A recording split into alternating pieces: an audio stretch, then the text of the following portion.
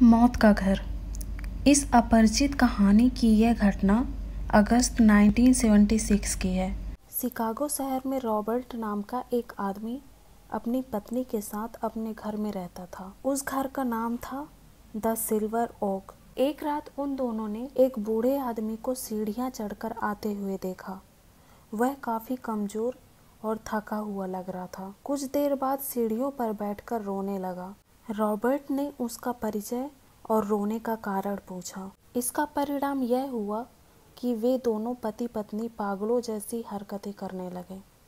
सुबह होने पर कुछ लोगों ने उन्हें हॉस्पिटल पहुंचाया, जहां कुछ समय बाद उनकी मृत्यु हो गई। सिल्वर ओक नाम का यह घर 1890 के अलेक्जेंडर नामक एक महान वैज्ञानिक ने बनवाया था। उसने इस घर को बनाने के लिए काफी पैसे खर्च किए थे। समय की सबसे एंटीक चीजों का इस्तेमाल करके उसे आलीशान रूप दे दिया गया। यही कारण था कि इसे जो भी खरीदता था, इसके बारे में पूछताछ करना जरूरी नहीं समझता था। जबकि हकीकत यह थी कि इस घर में जो भी रहता था वह जीवित नहीं रह पाता था। यह एक ऐसा गुमनाम मौतों का घर था जिसमें जो रहने लगता उसे एक गुमनाम मौत मिलती थी। खुद इस मकान के मालिक अलेक्जेंडर भी इससे ज़्यादा दिन जीवित नहीं रह पाए। केवल 2 साल बाद ही उनका दिमागी संतुलन बिगड़ गया और वह हमेशा कुछ बड़बड़ाते रहते थे। एक दिन वह अपने बिस्तर पर ही मरे मिले।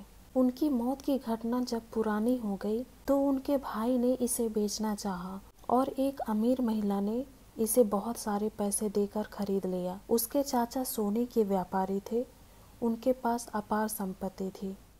उसके खुद के पास कोई बच्चा नहीं था, इसलिए उन्होंने अपनी पूरी दौलत अपनी भतीजी मार्था के नाम कर दी। मार्था अपने पति हैरी के साथ सिल्वर ओक में रहने लगी। उसका पति भी सोने का व्यापारी था। एक दिन वह कुछ दिनों के लिए बाहर गया। वहां से लौटा तो वो पागलों जैसी हरकतें करने लगा। उसने अचानक थैले से रिवॉल्वर निकाली और अपनी पत्नी को मार दिया।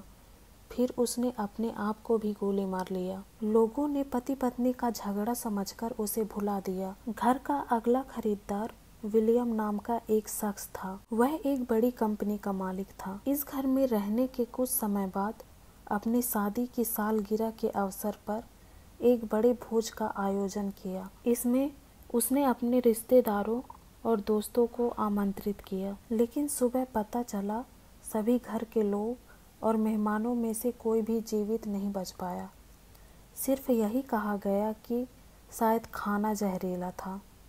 इसके बाद यह मकान ओक्स नामक व्यक्ति ने खरीद लिया।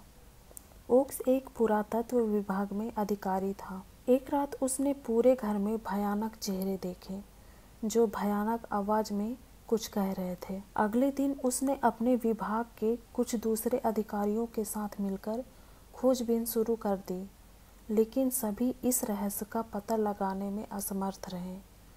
ओक्स ने दूसरे ही दिन यह मकान छोड़ने का निश्चय किया और अपनी डायरी में लिखा, यह घर इंसानों के रहने के लिए उचित नहीं है, यहाँ प्रेतात्माओं का निवास है। और फिर उसी रात वह अपने कक्ष में मरा हुआ मिला। बाद में 2 साल बाद 2 मित्रों ने मिलकर इस मकान को खरीदा।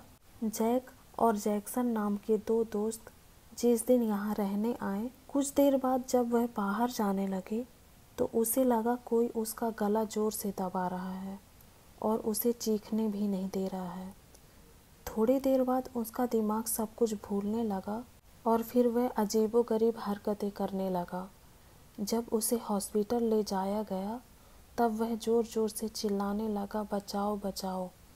तभी उसकी मृत्यु हो गई। जैक और जैक्सन भी उसी रात मरे हुए मिले। तब से यह गुमनाम मौतों का घर के नाम से जाना जाता है। इस घटना के बाद काफी समय तक यह मकान खरीदने की हिम्मत किसी में नहीं हुई।